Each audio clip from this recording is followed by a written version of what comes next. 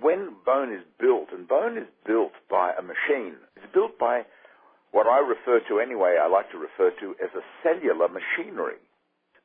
Although people think of bone as like some hard stuff, I think it's the wrong way to think about bone. Bone is a very complex structure that is made of these crystals, and if you could get a tiny space machine, and so you remember that movie, I can't remember the name of it, where the guys got shrunk down and they were then injected into a vein.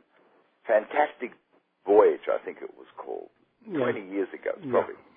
Yeah. Anyway, so, if you could get a tiny aeroplane, you could fly into the bone.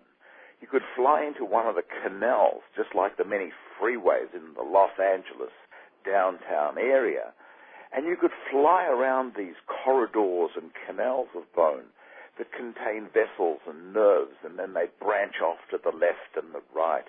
And so this maze or myriad of canals that form the canals inside cortical bone, and it's called compact bone.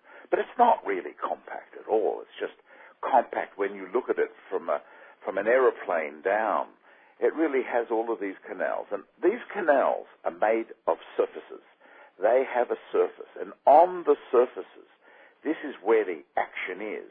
And the cells of bone that line those surfaces can become activated so that when there's a tiny crack within the matrix of the bone itself and there's damage, that crack actually tears the nervous system of bone, which consists of osteocytes with their dendrites, with their tentacles. It's like the nervous system in the brain.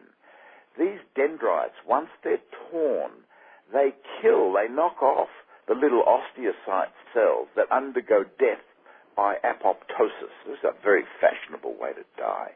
Anyway, so necrosis is out, apoptosis is in the 21st century, and these cells die. When they die, they send signals, and we don't quite know what those signals are yet,